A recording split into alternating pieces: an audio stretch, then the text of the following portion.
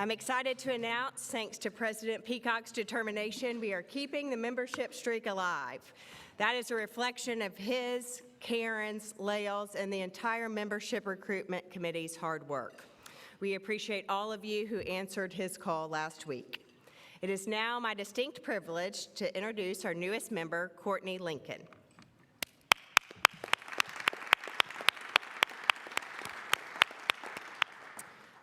Courtney is the Senior Director of Programs for Forward Arkansas. Courtney joined Forward in 2017 as the Chief of Staff, serving as a liaison to Forward Community Ambassadors and its Implementation Working Group. Prior to joining Forward, Courtney spent 14 years working on Capitol Hill. From 2012 to 2017, she served as the Deputy Chief of Staff to a member of the United States House of Representatives and managed operations in his Washington, D.C. office. While working in Congress, she handled numerous policy issues, but focused primarily on impacting the nation's housing and financial services sectors. Courtney earned a bachelor's degree in letters from the University of Oklahoma. I note that it's fitting Courtney has joined us today, just in time for our next Rotary meeting, at which Forward's report on the state of education in Arkansas will be released. It will no doubt be an excellent program, so please join us on January 3rd, 2023 for that. In the meantime, please help us give a warm welcome to our newest member, Courtney Lincoln.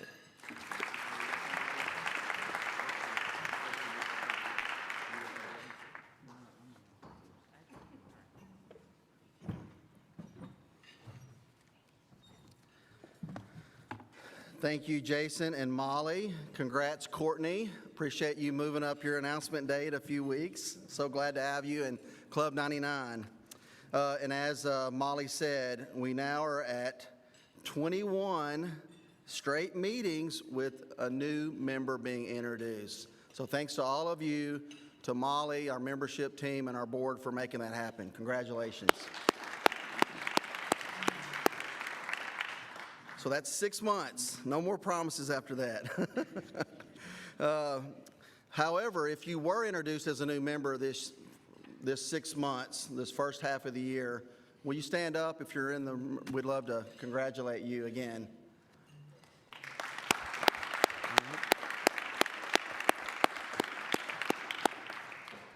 You're an integral part of the culture and the future of our club, so thank you so much for your investment in Club 99. Next, I'd like to call on past President Christina Bohlhaus to present the slate of the nominating committee. Christina? This is such an exciting event every year. President Peacock and Club 99 members, as chair of the nominating committee, I present to you the slate of officers for Rotary year 2023-2024. And this will all start July 1st. President nominee, who will elevate to president in 2025, is Mitch Bettis.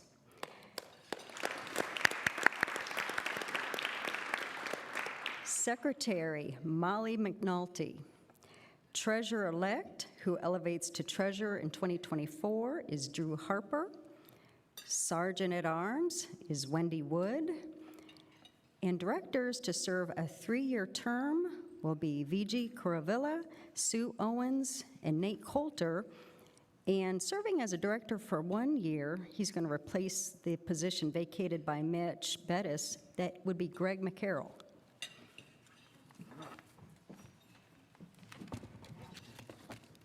Thank you, Christina. We will now proceed with this election. However, I don't see Mitch, so does it count if he's not here? Okay, it does count. Okay, Karen, it counts? All right. Are there any nominations from the floor?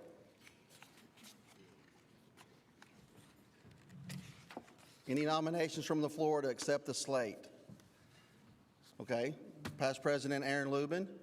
President Denver Peacock, it's my honor and pleasure to propose that we accept this outstanding selection of our future officers. Thank you, Past President Aaron Lubin. Do we have a second? All right, thank you, Ms. Sonia, past president Murphy. All those in favor signify by saying aye. All those opposed, same sign. Congratulations to Mitch Bettis and our entire new slate of officers and directors.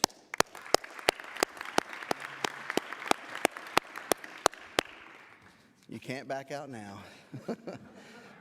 Previously elected but not voted on today and will continue to serve into the next year, President Natalie Gadotti, President-elect Jason Chaco, past President Denver Peacock, Treasurer Don Cole.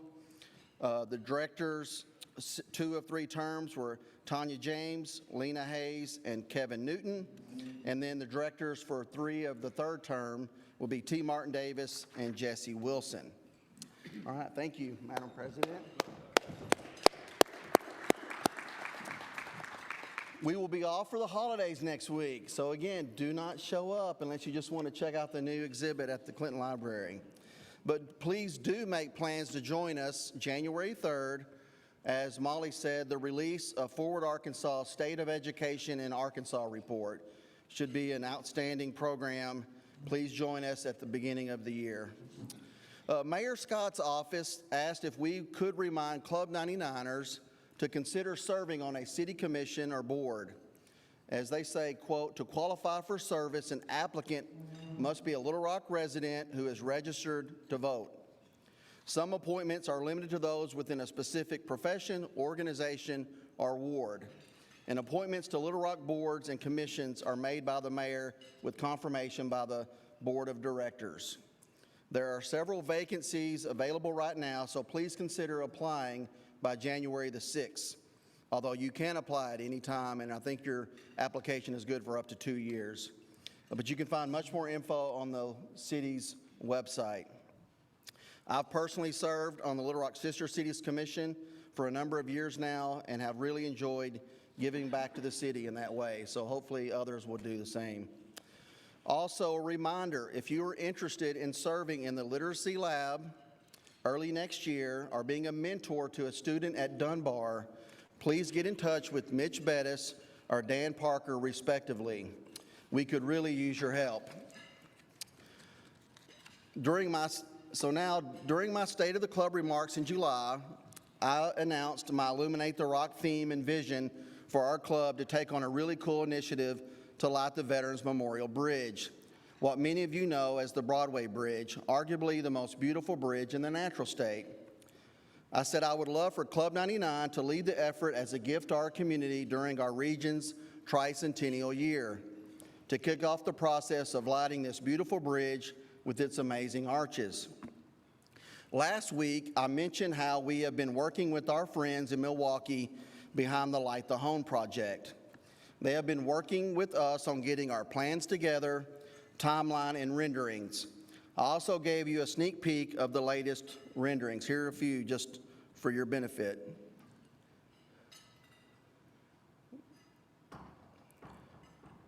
Remember, these are static, and so they'll actually be visually and moving, and you can code them in a way that makes it really outstanding.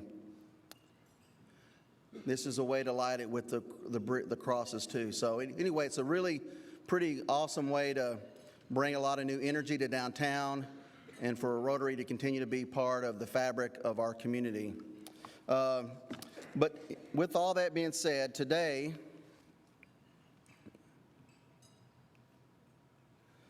I would like to announce that a committee led by Rick Fleetwood and Ellen Cockrell will help spearhead our efforts to find the funds to make this dream a reality. Ellen and Rick, thank you.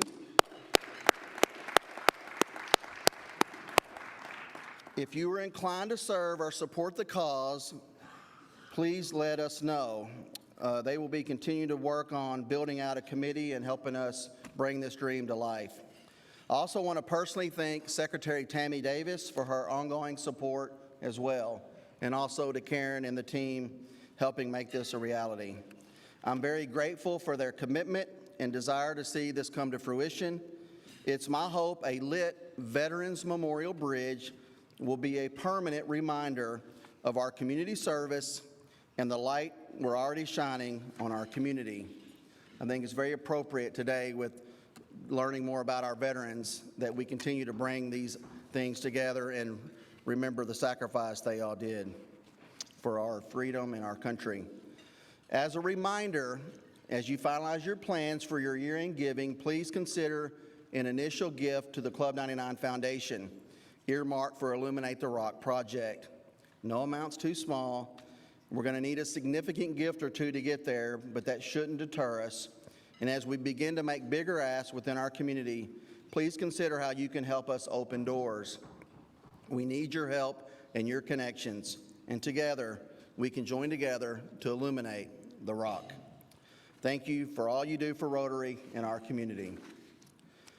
All right, as many of you know by now, during our La Petite Roche tricentennial, I will spend my year as president telling unique stories about our region's past 300 years.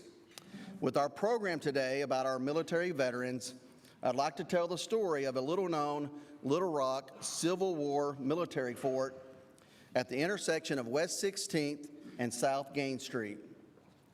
On September the 10th, 1863, federal forces took possession of the capital city and immediately began assessing the fortifications the Confederates had erected to defend the city, with plans to improve its defenses, especially any approaches from the south.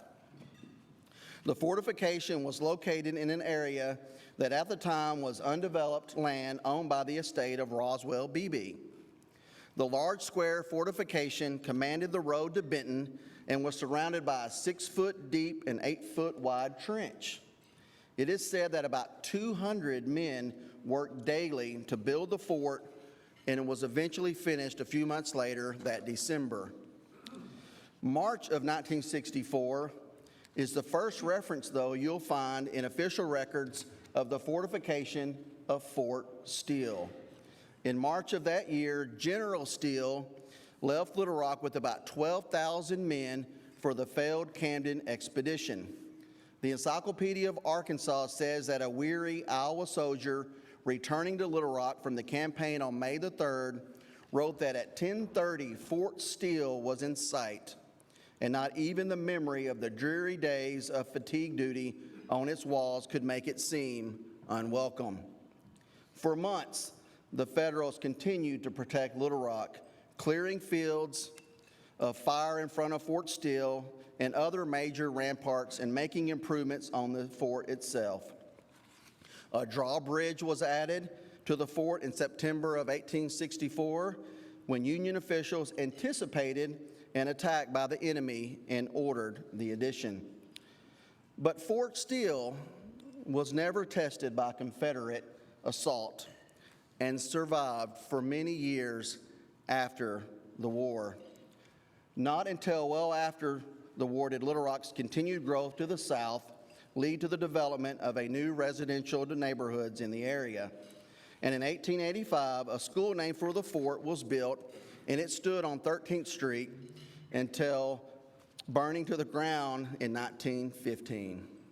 This little-known Civil War site received some additional notoriety when in 2013, the Arkansas Civil War Sesquicentennial Commission, Civil War Roundtable of Arkansas, and Arkansas Natural and Cultural Resources Council erected a plaque that read, in part, "After occupying Little Rock, September the 10th, 1863, Union officials made plans to fortify the capital city.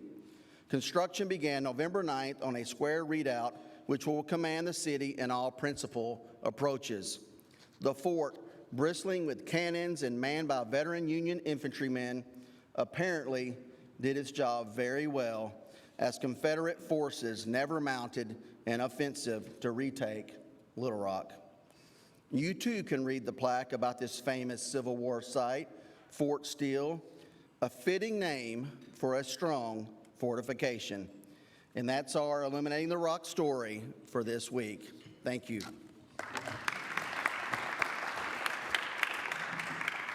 And now I'd like for past President and U.S. Congressman French Hill to introduce and moderate our special holiday program. Congressman?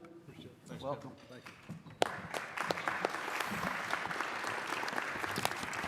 Well, good afternoon, Rotarians. It's a treat to be here, and it's even more of a treat to have my daughter Liza with me today. So she is a Patty Chafin Award winner from her days in RILA many moons ago. So Liza, welcome. I want to thank President Peacock for the invitation to talk about something that is so important to me, which is how we care for our veterans here in Arkansas.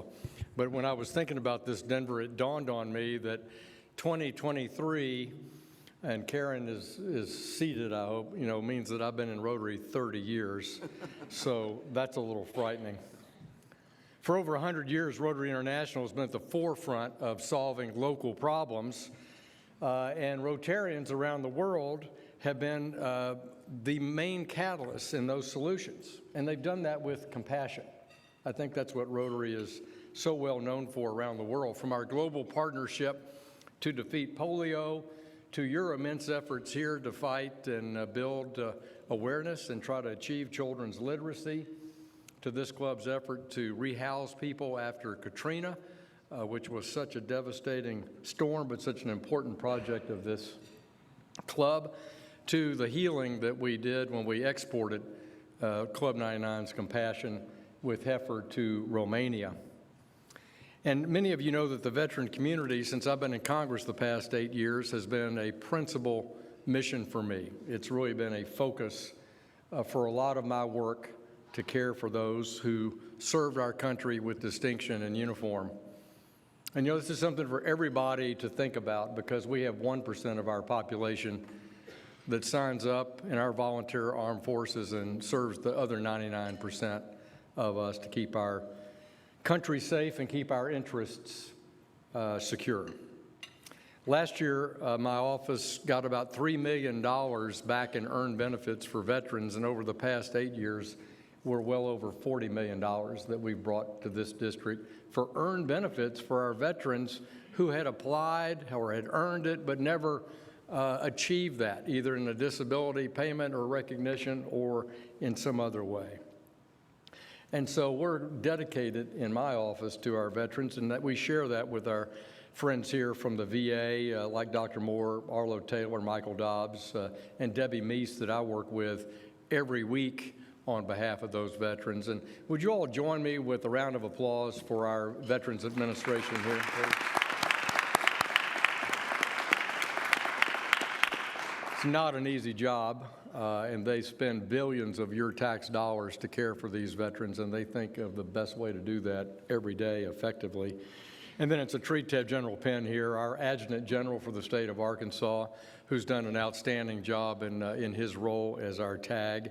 And General Penn has been downrange many times with Arkansas National Guard troops in the conflicts around the world, and now he sits at the top of that food chain here in Arkansas, working with our governor to make sure that we recruit, train, and have the best young people in our state serving in our National Guard, whether they're needed to sandbag the Arkansas River or deploy and go help solve a problem somewhere else. So General Penn, thank you for your service very much.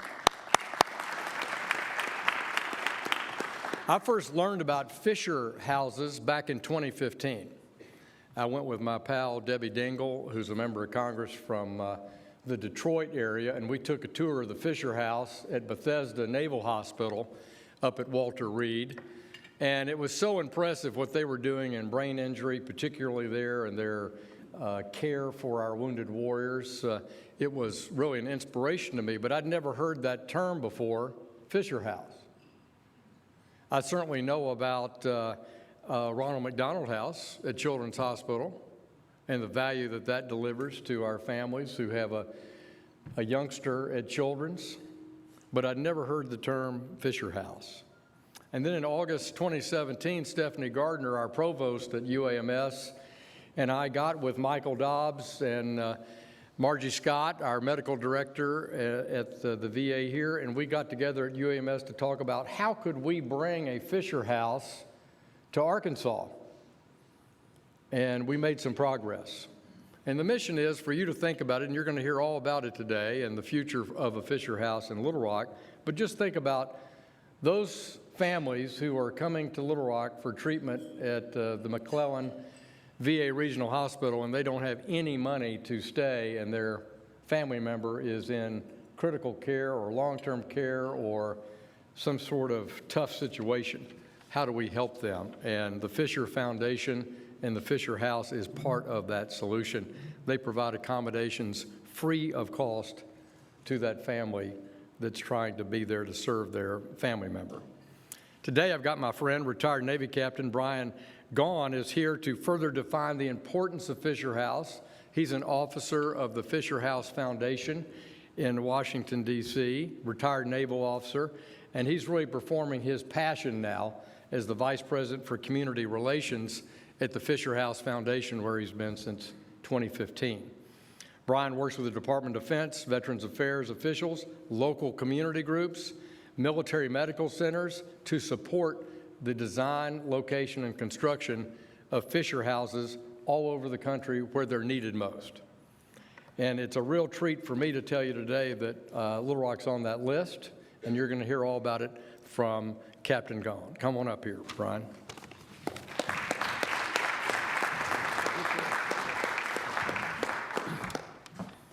It's never fun to have to follow someone like Congressman Hill. It is really a pleasure to be here today, and on behalf of our CEO, Ken Fisher, as in Fisher House, and our President, Dave Coker, to represent them. When I was a 17-year-old, I was invited by the Rotary to my small town in Niles, Michigan, and had a first opportunity. And something struck me when I was there, as someone who went on to serve in the military and now works as a nonprofit, was that four-way test. And as you said that this morning, it brought back some very fond memories. And again, as I say, it's a true privilege to be here. So rather than show you 24 PowerPoint slides, I'd like to make this a little more interactive. So I'll start off. How many of you were not familiar with Fisher House before this? That's a pretty good crowd here. Okay. How many of you are parents of someone in the military? None, huh? Oh, there's one. Okay. How many of you had parents who served in the military? All right. Any veterans or spouses of a veteran in the crowd? Yeah. Anybody here who has ever cared for a loved one in a hospital, spent the night at their bedside, given hospice to a family member, or anyone who stayed at a Ronald McDonald House? I should be paying them royalties because my 8-second elevator pitch is we're like the Ronald McDonald House for the military and the VA.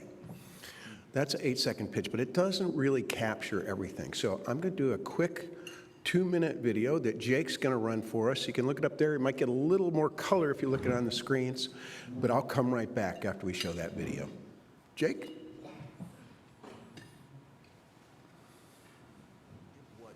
My family does, our roots are in construction and development. So the premise behind the beginning of Fisher House was Zach saying, you know, I'm a builder.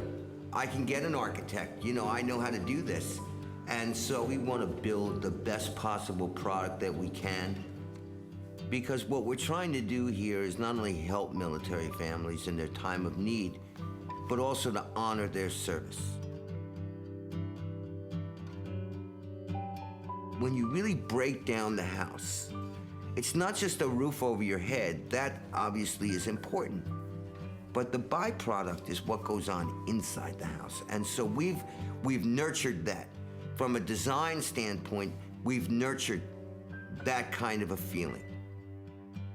So the way the houses are laid out, or the common areas are laid out, it's easy to sit down and talk to each other.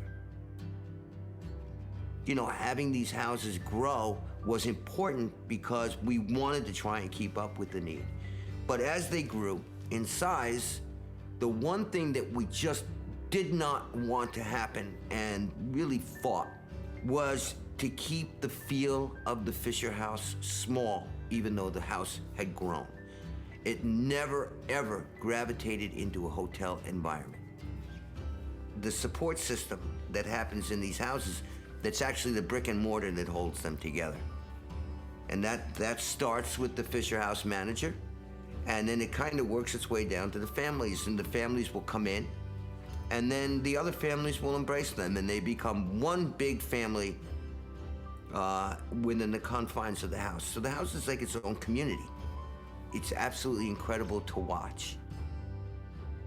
No matter what the metrics are, how much money you saved, how many days of lodging, those are all numbers. When it comes down to it, you've made a difference in their lives, and that's what my uncle wanted to do.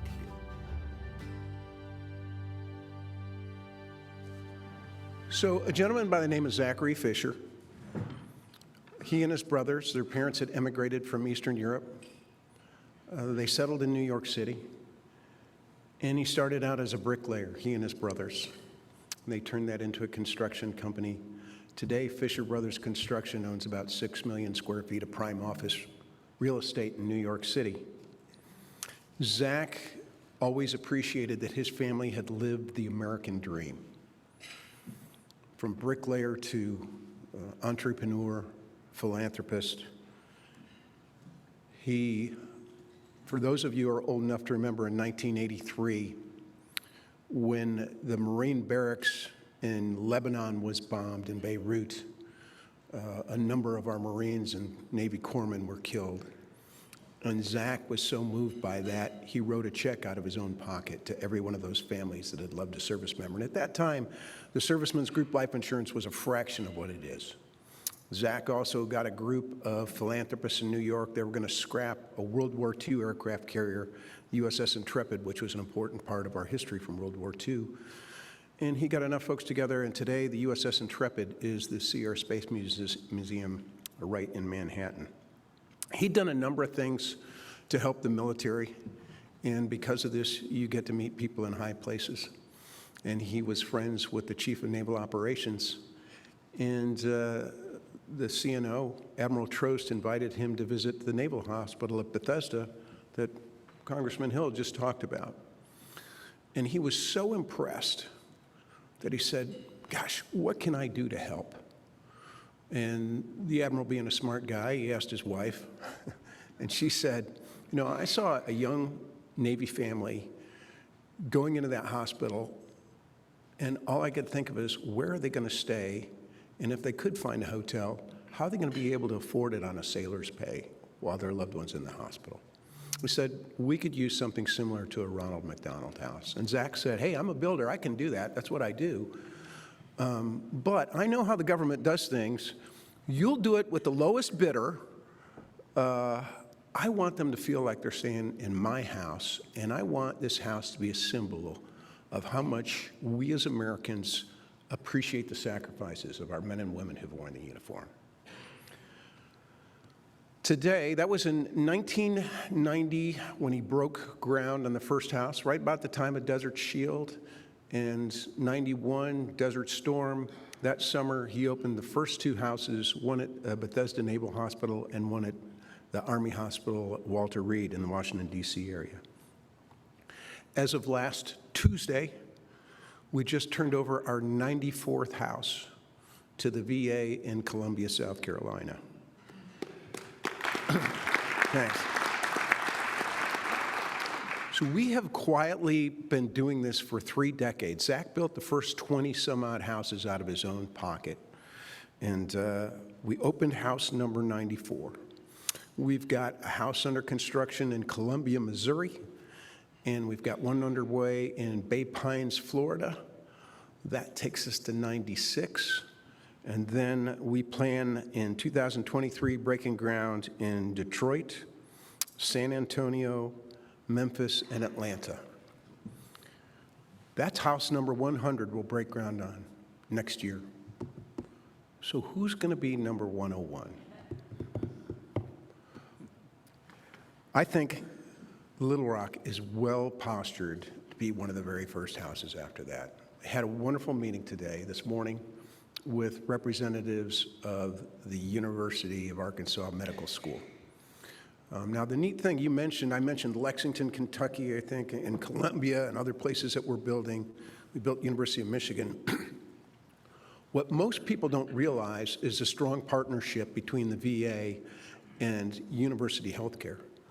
The 60 to 70% of all doctors and nurses get part of their training through the VA, exposure to geriatrics, and you need partnership there. Similarly, the VA refers a number of patients, and right here, for specialized care to the University of Arkansas Medical School. So the neat thing about this Fisher House, a Fisher House serves a purpose. It's for the families to stay. If it was just a veteran coming to stay at the hospital, then the VA has a hotel where they can stay and they're living. But we all know you heal a lot quicker when you've got a loved one at your side. And this house allows spouses, parents, children, grandchildren, best friends, whoever the right person is that's going to be involved in the care of that veteran to make sure that they recover or to help them along their journey is at their bedside. And that's pretty important. The who, what, why, where, how is probably the easiest way to go through this, okay? Where are we going to build? Well, right on the VA campus. So the nice part about Fisher Houses, we want them to be nice, we want them to be near, and we want them to be big enough to make an impact. We're going to build a 16-suite Fisher House in the western side of that parking lot. If you've been over to the McClellan Hospital, there's solar panels that cover the parking garage there. We're going to take a piece of those on the western side of the campus, and we'll build a 16-suite Fisher House. Now, if you do the math, multiply 16 times 365 days a year, that's 5,840 nights of lodging we can offer to the families of those patients that are being treated at that hospital. Let's suppose a hotel costs $100 a night, okay? Quick math. How much are we saving families if the rooms were occupied? It's over $500,000 that we're saving families just in lodging alone. The house is for folks that are traveling from outside this area, and that medical center gets folks from throughout Arkansas, from Oklahoma, from Tennessee, from Mississippi that travel here for care. With that 16-suite house, who are those families? You know, it is the families of that 95-year-old World War II veteran to the 19-year-old OEF, OIF, War on Terror veteran, and everybody in between. It's a place for the family of those Vietnam veterans, like my older brother, who didn't have yellow ribbons and flags when he came home. And I can't tell you how many Vietnam veterans have told me, I feel like someone has finally said thank you to me. This is an opportunity to do that. The how. How do we build this house? We build these houses with donations.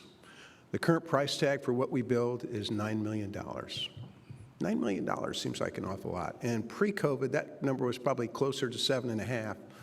But with the scarcity of supplies, and we do build with very high quality materials, we want this to be the nice house. I mentioned Zach Fisher. He wanted people to feel like he was staying at his house and he was a millionaire. So we try to make this very high end, with the goal being, again, for us to be able to show our appreciation for those who sacrificed on our behalf.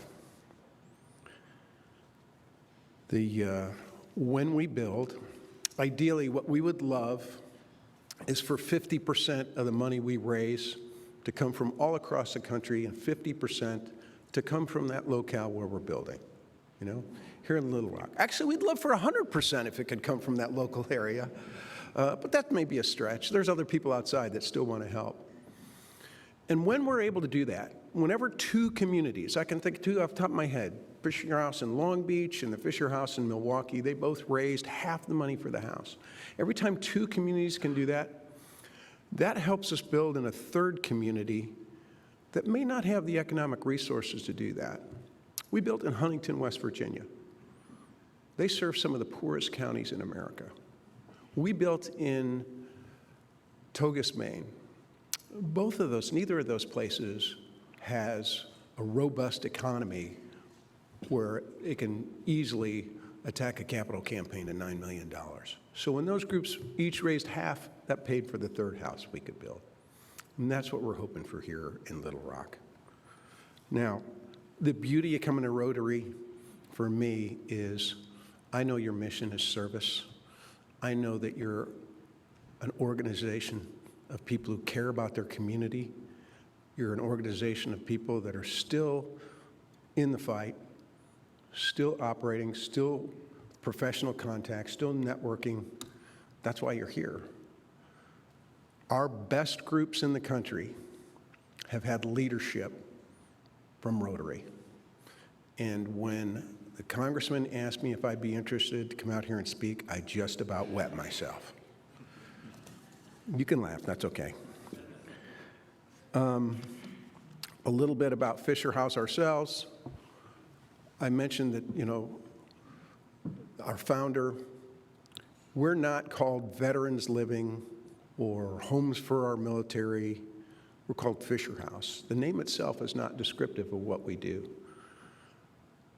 but it carries a very distinct tag. If we were to betray your trust, then no one would know who was the president of vet houses or whatever. In our case, they'd know it's the Fisher family, it's their legacy. And we work so hard not to besmirch that family legacy. We have been rated for 19 years now as a top-rated A+ charity with Charity Navigator. We are a 4-star with Charity Navigator. We're A+ rated with Charity Watch. We've got a Platinum Shield of Transparency for what used to be called GuideStar and now it's called Candid. And that's not by mistake. We want to be good stewards of the hard-earned money that people give us for our military and veterans, because our small organization, about 29 people, most of us are either veterans ourselves or military spouses and or children of veterans like yourselves, and it's personal. I'm here today because I'd like to give you the opportunity to be a part of bringing this Fisher House to the veterans who receive treatment here in Little Rock. Time, tithe, talent, I don't expect you guys to vote today to do on Fisher House, but I tell you, if some of you are interested in doing it and contributing, or just spreading the word, our overhead's low because we don't buy Super Bowl commercials, we don't direct mail, we don't telemarket, but we have been supporting families for 30 years. 94 houses. We've helped over 430,000 families, some of those for just a night, some of those for, our record is 4 years at the spinal ward down in Tampa. At no cost, there's no charge for a family to stay there. We've saved families over $547 million in lodging and transportation. Think about that, that's a $500 million, and provided over 11.5 million nights of lodging. They're large, they're lovely, they're close. Our goal is that if something happens while a family is there and their loved one's in McClellan Hospital, they don't have to get in their car and drive. They don't have to go. They walk across the parking lot and they're at their loved one's side.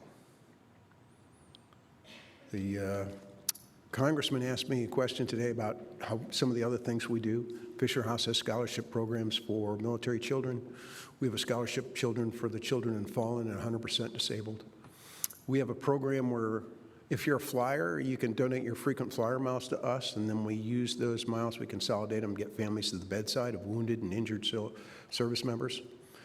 And we have a program called Hotels for Heroes, where if you're a Marriott or a Wyndham member, you can donate your reward points to us, and then we use those when a Fisher House is full.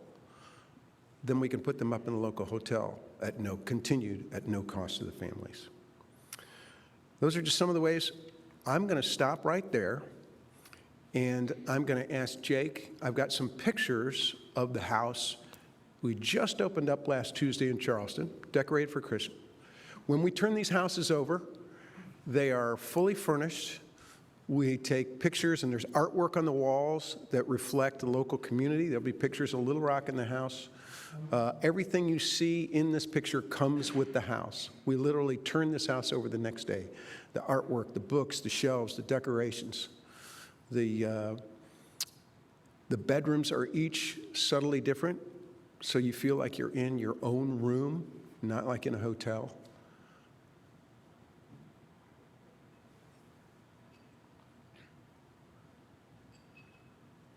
They don't all have orchestras. That was a Christmas party. We did donate these decorations as well, so they'll have those for the coming years. We have a designer that handpicks every piece of furniture, every scrap of cloth, every piece of artwork in that house by design. And that's our founders, Zach and Elizabeth Fisher there. That statue, that bust, was actually sculpted by Felix de Weldon, so if there were any Marines in the group, he is the sculptor of the Iwo Jima War Memorial in Arlington. Last thing I'll say is this, before I open up the questions, is I mentioned my older brother who served in Vietnam. You know, he's 18 years older than me. I remember when he was over there.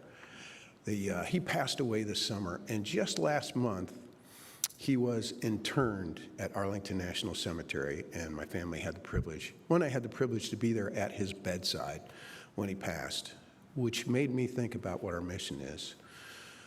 And then I was at Arlington, and when I was on active duty, I've been on both sides of that. I watched as they handed a flag to my sister-in-law, and I've been on the other side handing flags as part of the ceremonial duty when I was stationed in the Pentagon. And the thing they say when they hand that flag over is, please accept this gift on behalf of a grateful nation. And these houses, we don't have to wait till our veterans pass to say thank you. This is a gift of a grateful nation that we'd love for you and your friends to be a part of. So with that, I'll open up to questions.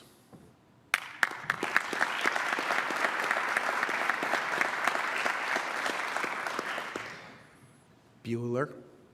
Or ongoing maintenance, or ongoing, the recurring costs? Or Oh, what's the recurring cost in the Yeah, house? how do you- Sure. So how do we serve? So when we turn that house over, we will give it to the VA, and the VA assumes. Part of the deal when they put their application in, they say, hey, we will staff and operate this house in perpetuity. So, good question. That was similar to my question. How do you keep up the cost? Repeat the question to repeat it for Zoom. Repeat the question for Zoom. What did we get? What? Repeat the question for Zoom. Oh, he asked, how do they maintain the house? Yeah, the VA or the military. We build military at military bases. The thing is, we've covered most of the need for the major military hospitals. They are going to rebuild the hospital in Landstuhl, or they're building a new one over at Ramstein. If they move the services over there, we'll build there. But for right now, our real focus, there's over 130 major VA medical centers across the country. Today, we're at about just under 70. So we've got a long way to go, and some of them can use more than one house.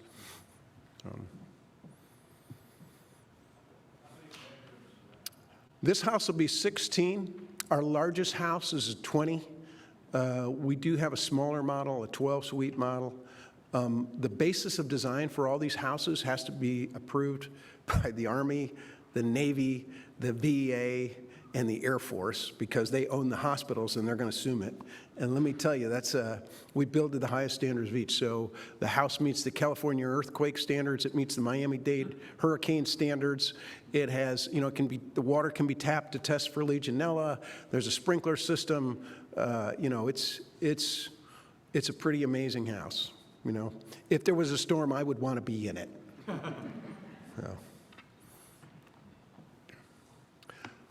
How does the hospital decide who is accepted? Is it first come, first serve, or I know you said it's It normally is first come, first serve, but they may, if someone was coming for like an overnight appointment, they'll kind of triage it, if someone has a long-term. What happens is folks will often want to make reservations because they've got an appointment, and they don't usually accept reservations because the people in there don't know. They may walk in and think I'm going to be here for 2 days and then find out I'm going to be there for 2 months. But the managers do a pretty good job. And as I say, when the house is full, they can call us up and go, hey, we need a hotel here in Little Rock, nearby. Yes, sir. Can you talk about the timeline and process for building? Good. I mentioned I have to fudge this because, it's all tentative. I talked about the 4 houses that we're going to build next year. There's 2 houses under construction. We're finishing up Columbia, Missouri, and Bay Pines, Florida. We're Ann Arbor, Memphis, San Antonio, and Atlanta are the 4 houses we're going to build next year. Now, that assumes, we've been out to those sites, we've been working with them with a few years. That assumes that when we dig into the ground, we don't find a Native American burial ground, we don't find an endangered snail darter, we don't find something, a utility line that they didn't know was running through the middle of the site. If that were to happen, we would be looking for, someone who's in the bullpen that I can go, hey, where can we go? Right now, there's very few other medical centers that have come as far as Little Rock has in a very short amount of time. And hats off to the folks here from Little Rock for the great works that they've done. Putting that package in, just this week, we met with their engineering and facilities team, talked about how they're going to drag in the electronics and where we'll do bore scopes on the site and get ready so we could begin construction. And they're ready and chomping at the bit. So that is, I would say, really remarkable. And we just came this morning, we were at the University of Arkansas Medical School.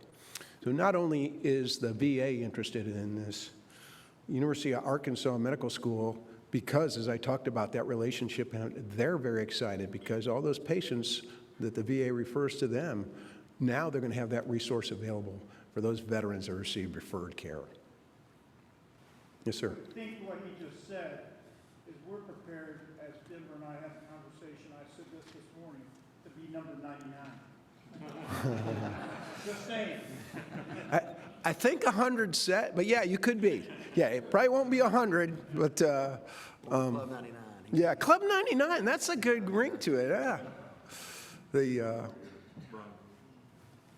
Yes, ma'am. Other than the house manager, what other staff is, when facilities up and running, what other staff is Sure. provided there for the patient, or for the family members of the patient? Yeah, there'll be a manager, an assistant manager, an operation assistant, a program assistant. Basically 4 people to be running the operations of the house, and then a house cleaning staff.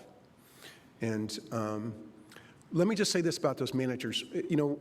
All the stuff, the cost of bedrooms and all that, those managers are a national asset. They are social workers, they are caregivers, they are house repairers, they are, you name it, they are consolers. Having someone like that, and I'm telling you, some of them were service members, some of them were social workers, some were in the lodging industry, some were truckers, some were, you name it. Last thing, but the one thing they all have in common is their passion for our families. The other real resource in the house is those other families, because, I'm sorry, is your husband doing okay? I saw you coming back last night in tears. Are you all right? And then they'll go talk to that manager and say, hey, Mrs. Jones in room 206. The bonds that these families form help them get through it. And they can't tell you how many times we've seen families that made lifelong lasting friends because they were able to be together with another family in this house. I think I'm getting high tonight.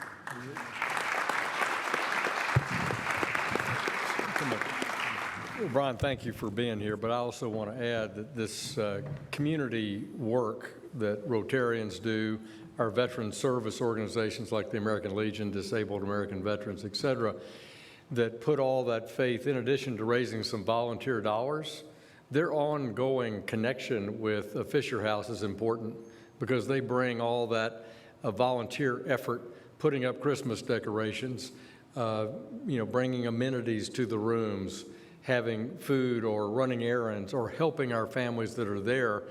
So there's a lot more that goes on beyond just building the house and housing. There's this volunteer effort for the community to pitch in and help those families that are here for a long time, and that's a big part of what the Fisher House Foundation encourages after a house opens. But we're glad you're in Little Rock, and the president wants to give you some special treats now. Yeah.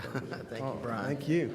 We appreciate you. Got something for both of you, actually. This is our Illuminate the Rock gifts for the year. We're doing as part of our literacy initiative in Arkansas, we are giving speaker gifts this year by Little Rock Connected authors to each speaker as a token of our appreciation for their time with us this year. And at the end of the year, the fiscal year, which ends in June, we will give a selection of these books to all our area Little Rock School District libraries and resource centers in your name. And so today we'll give this to you with appreciation. Oh, thank you so much. Thank you very much. Thank you. Okay. All right, awesome. Okay, thank you. Thank you. Should we give them some breaking news? Yeah, go ahead, Congressman. No. Yeah. President Peacock, his mentor in life was a big, gregarious, funny, full of himself guy named Ron Robinson. And last night, in the dark of night, by unanimous consent, the U.S. Senate passed the Ron A. Robinson Post Office Act.